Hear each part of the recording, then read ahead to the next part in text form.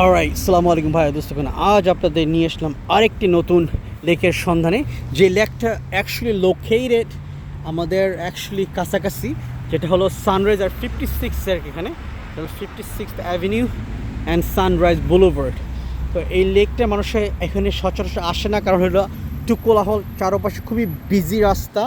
হ্যাঁ, ওদিকে gas station, এদিকে মেন লোকাল হাইওয়ে, এখানে আর ওখানে বাস স্টেশন। তো আমরা এখানে দেখি কী কী আছে। তো এখানে দেখা যেতেছে অলরেডি অবভিয়াস, এখানে সলিড কংক্রিটের একটা ডেকের মতো ওখানে ফেক হাঁস দিয়ে রাখছে। হ্যাঁ, আমরা কাজ করি, আমরা এদিক থেকে ঘুরে যাই, ওখানে ওখানে শাকও আছে।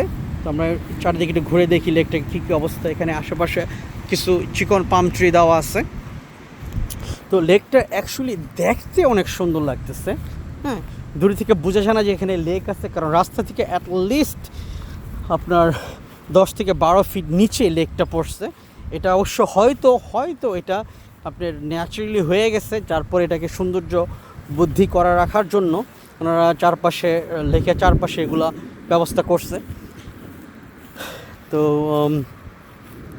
কী বলে, এখানে দেখেন গাছগুলাও যে বোঝা যেতেছে, গাছগুলো প্রচুর অনেক দিনের,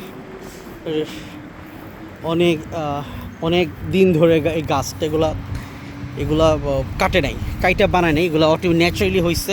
কারণ শিকড় দেখলে বোঝা যায়, শিকড় থেকে গাছ থেকে শিকড় গাছ হয়ে রয়েছে আর কি। তো এরকম। তো এখানে মনে হয় না মানুষ তেমন আড্ডা মারার জন্য আসে, শুধু সুন্দর জন্য এই লেকটা দিয়ে রাখছে। হাওয়েভার তবুও অনেক মানুষ এখানে আসে, কারণ আমি দূর থেকে দেখতেছি এখানে বসার জন্য বেঞ্চ দিয়ে রাখছে। এটাও সরকার থেকে করে নর্মালি। এটা যেহেতু বললাম এখানে ওই যখন রেসিডেন্সিয়াল এরিয়া, এখানে কমার্শিয়াল এরিয়া, যার কারণে এখানে মানুষ তেমন একটা নীরবতা নাই এখানে, কারণ শব্দ পাইতেছেন আপনারা। তো শব্দের জন্য এখানে তেমন একটা মানুষজন নেই। ওদিকে আরেকটা জিনিস দেখা যেতেছে, ওটাতে আমি পরে যাই, সাঁকোটা দেখাই নিয়ে যাই এখান থেকে। এখানে একটা সাঁকোর মতো আছে, যেটা ওই পারে যাওয়ার জন্য, উইচ ইজ খুবই সুন্দর। এই যে লেকটা, ওয়াও, জাস্ট অসাধারণ এই ভিউটা। আজকে আকাশটাও না পুরো মেঘলা করে রাখছে, আকাশের সাথে লেকটা জটিলভাবে জমতেছে। এই যে, তো আমরা চলো সাঁকোতে চলে যাই। হ্যাঁ, সাঁকোর পাশে এই যে দেখেন এখানে বেঞ্চ দিয়ে আছে, এখানে মানুষ হয়তো নাস্তা করে আইসা। আচ্ছা, এই সাঁকোরটা কাঠ দিয়ে তৈরি, এটা বলে আপনার প্রেশার ট্রিটেড উড। এটা লং লাস্টিং, জানি না কত বছর ধরে আসে। এই লেকটা দুনো পাশেই, ওদিকে গেছে, আমরা ওদিকে হাইটে দেখবো যে কী আছে ওদিকে। দেখা যাচ্ছে এখানে একটা ওই কতটুকু ডিপ, এটা 2 ফিট মনে হয় ডিপ পর্যন্ত দেখা যেতেছে লেকটা। ও এই যে এখানে ইগোয়ানাটা আসলে কি, আমি আমার আগের ভিডিওতে বলিনি, ইগোয়ানাটা বাংলাদেশে যদি বলা হয় এটা গুলসাপের মতো, কিন্তু গুলসাপ না। এটা হলো এই ইগোয়ানাটা একটা জাত, জাতটা শুধু ঘাস খায়। হ্যাঁ, কোনো প্রাণী খায় না। বাংলাদেশে গুলসাপ তো সাপরও খেয়ে ফেলে।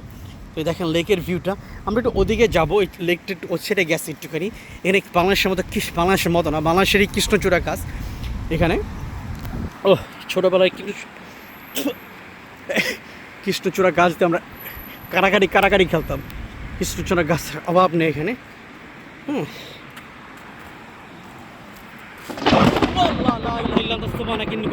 কিন্তু ভয় পেয়ে গেছিলাম রে ভাই, ওই বাপরে বাপ, সেই জোরে আজকে ঠান্ডাটা পড়ছে। আচ্ছা, দেখা যেতেছে যে ওই লেকটা এদিকেও একটা পার্ট আছে ওই লেকটার। এখানে দেখা যেতেছে যে মানুষ এখানে বসার জন্য ব্যবস্থা করে রাখছে। তো ওই লেকের অ্যাকচুয়ালি পাশে না। আর এখানে ইগুয়ানার এই দেখছেন কতগুলা বাচ্চা। ও